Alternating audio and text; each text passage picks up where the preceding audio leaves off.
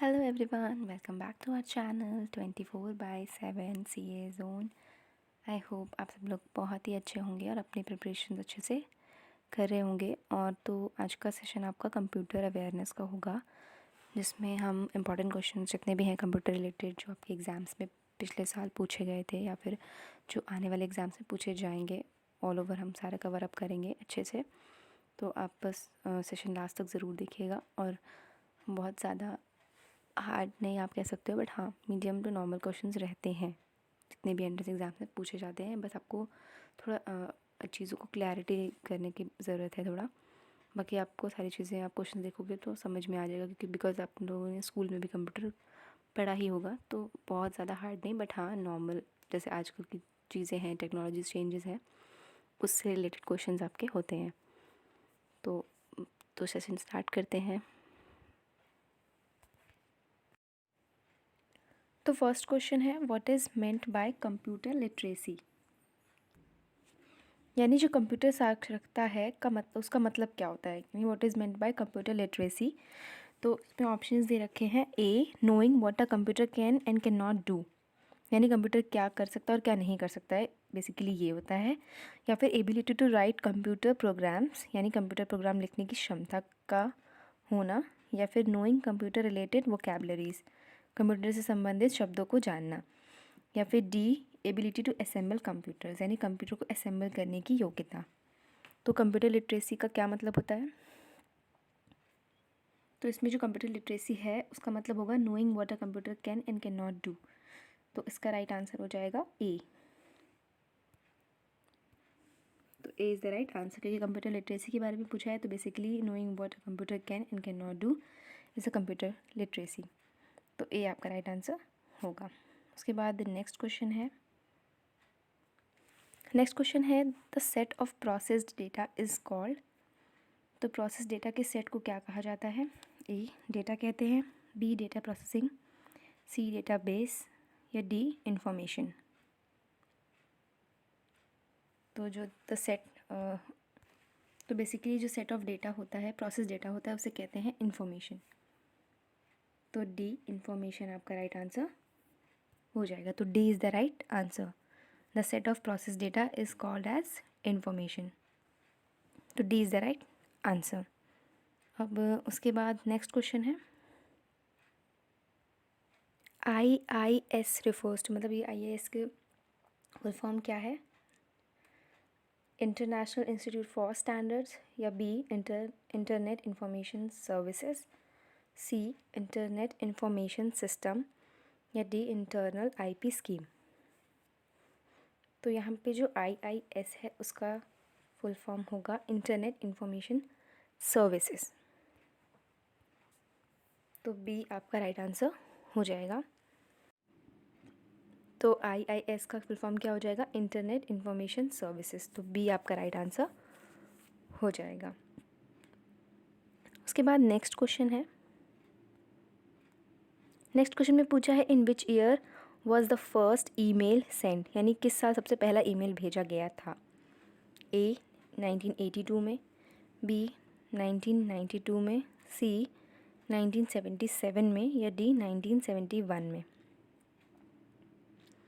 तो इनमें से जो सबसे पहले ईमेल भेजा गया था वो था सन 1971 में, यानी 1971 में। तो डी आपका राइट आंसर हो जाएगा, 1971 इज़ द राइट आंसर। तो डी आप लोग याद कर लीजिएगा। उसके बाद नेक्स्ट क्वेश्चन देखते हैं कौन सा है।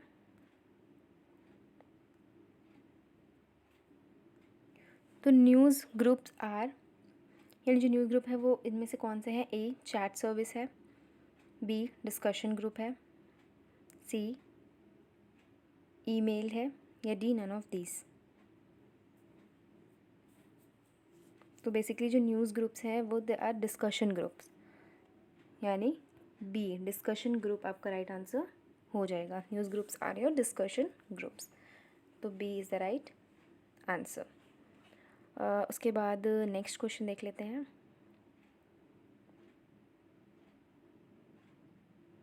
और बाकी जितने भी फुल फॉर्म्स हैं वो आप याद कर लीजिएगा। और बेसिकली जो अभी जितनी चीज़ें हैं टेक्नोलॉजी से रिलेटेड जितने भी चेंजेस हो रहे हैं और जो भी मतलब नई नई चीज़ें पॉलिसी आ रही हैं, तो वो सब आप ज़रूर एक बार याद कर लीजिएगा। बिकॉज़ रैंडमली भी क्वेश्चंस आपको अपने मतलब सुने होते हैं न्यूज़ में या फिर आपको पता होता है, बट आप उस टाइम पे नहीं रिकॉल कर पाते हो। तो बेटर है कि आप वो सारी चीज़ें भी पढ़ के जाइए, और बाकी जो बेसिक चीज़ें हैं जो कंप्यूटर से रिलेटेड है वो सब तो पूछी ही जाती हैं। तो आप सारी चीज़ें जो है अच्छे से प्रिपेयर कर दीजिएगा, और हमें भी बताइएगा कि हम कौन सा टॉपिक जो है उससे क्वेश्चन लेकर आएँ, तो हम पूरी कोशिश करेंगे कि वो टॉपिक कवर करें। और बाकी आप लोगों को जो जो चीज़ें नहीं आप लोगों को पता है, तो उसमें से भी हम क्वेश्चन जो है सेट कर देंगे। आप बस हमें बताइएगा कमेंट में लिख के। उसके बाद हम नेक्स्ट क्वेश्चन देखते हैं कौन सा है। उसके बाद नेक्स्ट क्वेश्चन पूछा गया है, how many rows and columns in Calc. Calc जो होता है वो आपका स्प्रेडशीट का कंपोनेंट होता है जिसे हम कैल्क कहते हैं। तो उसमें total number of rows and columns कितनी होती हैं? ए 1,48,576 रोज़ और कॉलम होंगी 1024। B 1024 and 1048576।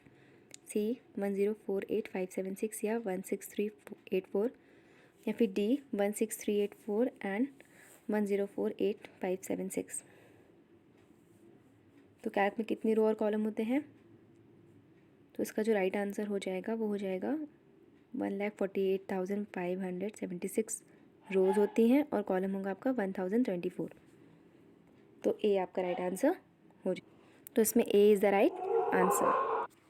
तो ए इसका राइट आंसर होगा। उसके बाद नेक्स्ट क्वेश्चन पर आते हैं। नेक्स्ट क्वेश्चन में पूछा गया है, which techniques react like a human. तो इसमें पूछा गया है कौन सी ऐसी तकनीक है जो इंसानों की तरह प्रतिक्रिया करती है, मतलब जो एक्ट करती है ह्यूमंस की तरीके। तो ये चीज़ तो अभी बहुत ही ज़्यादा पॉपुलर है और अब ज़्यादातर लोगों को ये चीज़ के बारे में नॉलेज भी होगी। तो इसमें ऑप्शन दे रखे हैं, A big data analysis, big data analytics, B artificial intelligence, C virtual reality, या डी नन ऑफ दिस, यानी इनमें से कोई भी नहीं। तो जो अभी जो ऐसी टेक्निक है जो एक्ट करती है ह्यूमंस की तरह बिहेव करती है, तो वो है आर्टिफिशियल इंटेलिजेंस। जो ज़्यादातर कंपनीज़ और आपकी ई कॉमर्स कंपनीज़ हो गई, या फिर जो भी जितनी आपकी पॉपुलर कंपनी है, वो जितने भी सॉफ्टवेयर डेवलप किए जा रहे हैं अकॉर्डिंग टू ह्यूमंस, जो एक्ट करती है ह्यूमंस के तरीके, वो आर्टिफिशियल इंटेलिजेंस है। तो इसका राइट आंसर हो जाएगा बी, AI आर्टिफिशियल इंटेलिजेंस। उसके बाद नेक्स्ट क्वेश्चन है।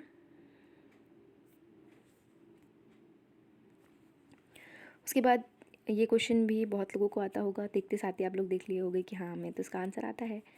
तो मैं क्वेश्चन रिपीट करती हूँ, which of one of the following is related to mobile payment services.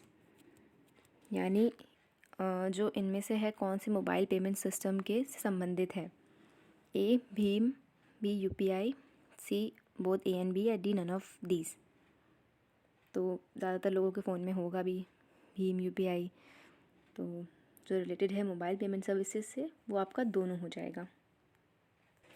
तो भीम और UPI आपका दोनों ही सही आंसर होगा। आजकल तो सभी के फ़ोन में मोबाइल मतलब ऐप्स वगैरह यूज़ करते हैं आप पेमेंट्स के लिए। भीम UPI हो गया, फ़ोनपे हो गया, गूगल पे हो गया।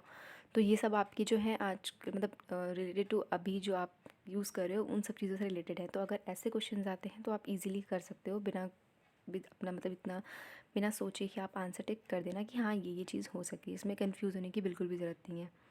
जो अभी चीज़ें आप यूज़ कर रहे हो उससे रिलेटेड अगर क्वेश्चन आएंगे तो आपको बिल्कुल भी कंफ्यूज नहीं होना है, डायरेक्टली आंसर टिक करना है। उसके बाद नेक्स्ट क्वेश्चन देखते हैं। उसके बाद नेक्स्ट क्वेश्चन है, maximum zoom in Impress are. तो जो इम्प्रेस होता है वो आपका एक जैसे आपकी पावर पॉइंट प्रेजेंटेशन होती है, माइक्रोसॉफ्ट पावर पॉइंट प्रेजेंटेशन, उसी की तरह एक टूल होता है जिसमें आप PPT वगैरह अपनी प्रेजेंट मतलब बना सकते हो, उसमें क्रिएट कर सकते हो, एडिट वगैरह कर सकते हो। तो उसमें पूछा है कि जो जूम का है उसमें कितनी ज़्यादा कैपेसिटी होती है, मतलब कितना ज़्यादा उसमें मैक्सिमम जूम कैपेसिटी होती है। तो इसमें ऑप्शन दे रखे हैं, ए 300%, बी 3000%, सी 400%, या डी 500%। तो बेसिकली इसमें होती है आपकी 3000%। तो बी आपका इधर राइट आंसर हो जाएगा। तो मैक्सिमम जूम जो होता है इन इम्प्रेस आर 3000%। तो B is the right answer. उसके बाद नेक्स्ट क्वेश्चन है, dash is used for calculating and comparing, यानी जो गणना और तुलना करने के लिए किस चीज़ का उपयोग होता है? ए ALU का, बी मॉडम का, सी कंट्रोल यूनिट या डी डिस्क यूनिट। तो ये चीज़ सभी को पता होगी कि ये ALU का ही वर्क होता है, अर्थमेटिक लॉजिकल यूनिट, जिसको हम ALU कहते हैं। तो it is use for calculating and comparing, यानी गणना और तुलना के लिए इसका प्रयोग होता है। तो A is the right answer. उसके बाद नेक्स्ट क्वेश्चन है, उसके बाद पूछा है every web document has a unique address, what is it called, यानी प्रत्येक वेब डॉक्यूमेंट का एक यूनिक एड्रेस है, जिसे हम क्या कहते हैं, ए IP एड्रेस, बी डोमेन, सी यूनिवर्सल रिसोर्स लोकेटर या फिर डी हाइपरलिंक। तो बेसिकली जो डॉक्यूमेंट्स होते हैं उनका यूनिक एड्रेस को हम कहते हैं यूनिवर्सल रिसोर्स लोकेटर। तो सी आपका राइट आंसर हो जाएगा, जिसे हम URL कहते हैं, जिसका शॉर्ट फॉर्म होता है URL, यूनिवर्सल रिसोर्स लोकेटर। तो इसका राइट आंसर हो जाएगा C, URL is the right answer. उसके बाद नेक्स्ट क्वेश्चन है आपका, which one of the following is use to make a secure transaction during net banking. ये भी आज से मतलब रिलेटेड क्वेश्चन है, जो आपके जितने भी चेंजेस हो रहे हैं, टेक्नोलॉजिकल चेंजेस हो रहे हैं बैंक की फील्ड में हो गए, या आपके पर्सनल जितनी भी चीज़ें हो रही हैं, जैसे आप क्विकली ट्रांजेक्शन कर पा रहे हो, तो ये सब चीज़ें अभी बहुत ज़्यादा मतलब अभी ज़्यादा आप समझ सकते हो कि बहुत ज़्यादा अवेयर हो गए हैं लोग इससे।